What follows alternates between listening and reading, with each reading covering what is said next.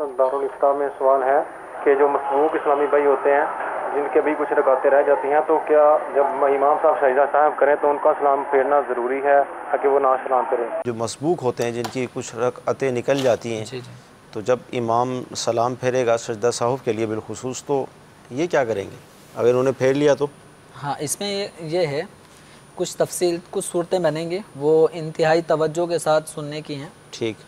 कि इमाम पर सजदा साहू लाजिम हुआ, और इमाम जब सजदा साहू करेगा तो सिंपल तरीका है कि सीधी तरफ वो उसने अत्तहियात और बेहतर दुरूद शरीफ पढ़ के सीधी तरफ सलाम फेरेगा, उसके बाद 2 सजदे करेगा, फिर अत्तहियात में बैठेगा।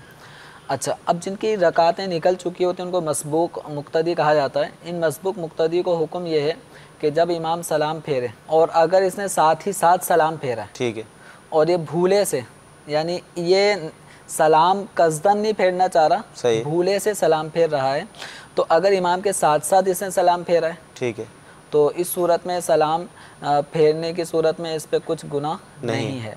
और अगर इमाम के बाद इसने सलाम फेरा और ये भूले से ही फेरा है, ठीक है, तो भी इस पे कोई हुक्म नहीं है, सजदा साहू ये कर ही रहा है। ठीक है। और अगर इसने इस नीयत से सलाम फेरा है, अगर इसने इस नीयत से सलाम फेरा है कि मुझ पर भी सलाम फेरना लाजिम था, तो अब इस सूरत में इसकी नमाज टूट जाएगी। तो इसको सजदा साहू के सलाम में शिरकत नहीं करनी। भूले से किया तो नमाज महफूज, ठीक है, और अगर इस इरादे से किया कि मुझ पर भी लाजिम है सलाम फेरना, तो अब इसकी नमाज टूट जाएगी।